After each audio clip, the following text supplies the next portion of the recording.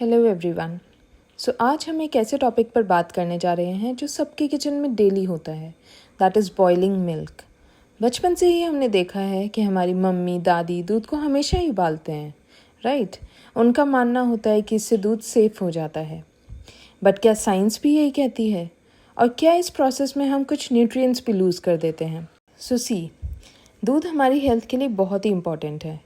इसमें vitamin A, vitamin D, calcium, riboflavin और कई ज़रूरी न्यूट्रिएंट्स होते हैं। एक कप दूध में अप्रॉक्सीमेटली आपको मिलते हैं calories 146, proteins 8 gram, fat 8 gram and carbohydrates 11 grams. So this we are talking about 1 cup of milk. But हमें ये ध्यान रखना है कि इसमें से कई न्यूट्रिएंट्स हीट सेंसिटिव होते हैं। अगर हम दूध को ज़्यादा गर्म करते हैं तो वो डैमेज हो सकते हैं या फिर डिस्ट्रॉय भी हो सकते हैं। So before moving on further, हमें एक डिफरेंस जान लेना है बॉइलिंग और पास्चराइजेशन के बीच का।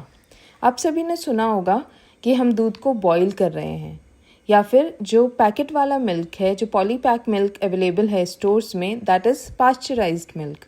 So what is the actual difference between boiling the milk and pasteurization of the milk? So pasteurization में दूध को सिर्फ 160 degree Fahrenheit, that is approximately 71 degree Celsius तक गर्म किया जाता है।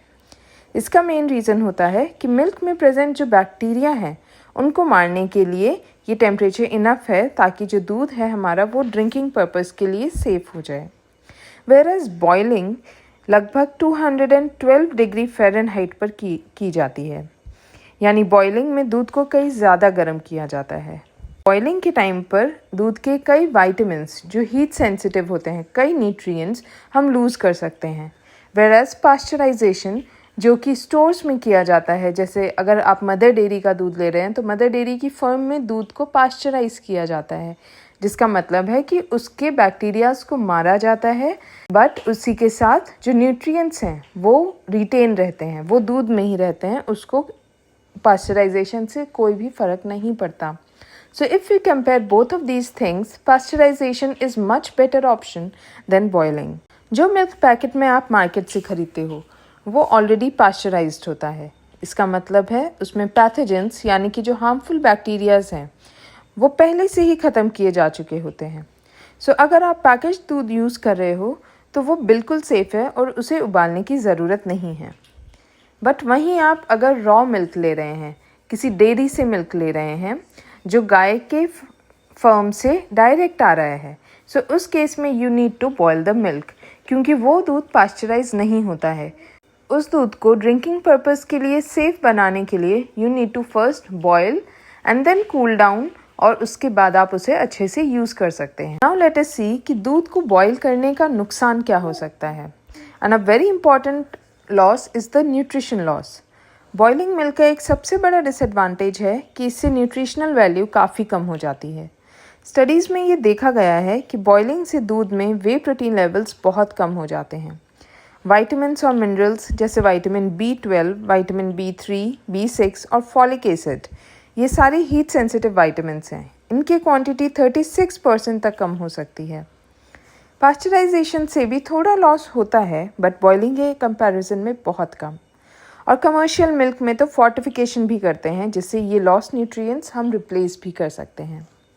So, the packaged milk is much safer and beneficial for your health as compared to the dairy milk. So now we'll see कि when do we need to boil the milk? दूध को कब उबालना ज़रूरी है। अगर आप अनपास्चराइज्ड मिल्क ले रहे हैं, यानी कच्चा दूध, रॉ मिल्क खरीद रहे हैं जो इंडिया के काफ़ी पार्ट्स में मिलता है, सो बॉइलिंग एक स्मार्ट चॉइस है। रॉ मिल्क में कंटामिनेशन का रिस्क ज़्यादा होता है।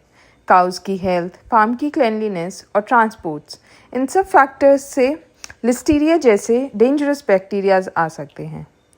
इस केस में दूध को उबालना उसकी न्यूट्रिशन कम करेगा, बट ये आपको सीरियस इलनेस से ज़रूर बचा सकता है। Now let's talk about cow milk allergy and boiling. अगर आपके बच्चे को काउ मिल्क से एलर्जी है, सो बॉइलिंग से फ़र्क पड़ सकता है।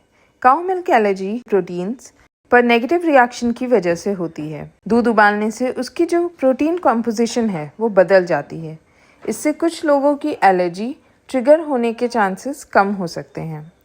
लेकिन ये एक मेडिकल एडवाइस नहीं है। अगर आपका बच्चा मिल्क एलर्जी से डील कर रहा है सो अपने डॉक्टर से ज़रूर कंसल्ट करें कि बॉइलिंग हेल्प करेगा या फिर नहीं। सो टू समराइज, अगर आप पास्चराइज्ड या पैकेट मिल्क यूज़ कर रहे हैं तो सेफ्टी के लिए उसे उबालना ज़रूरी नहीं है।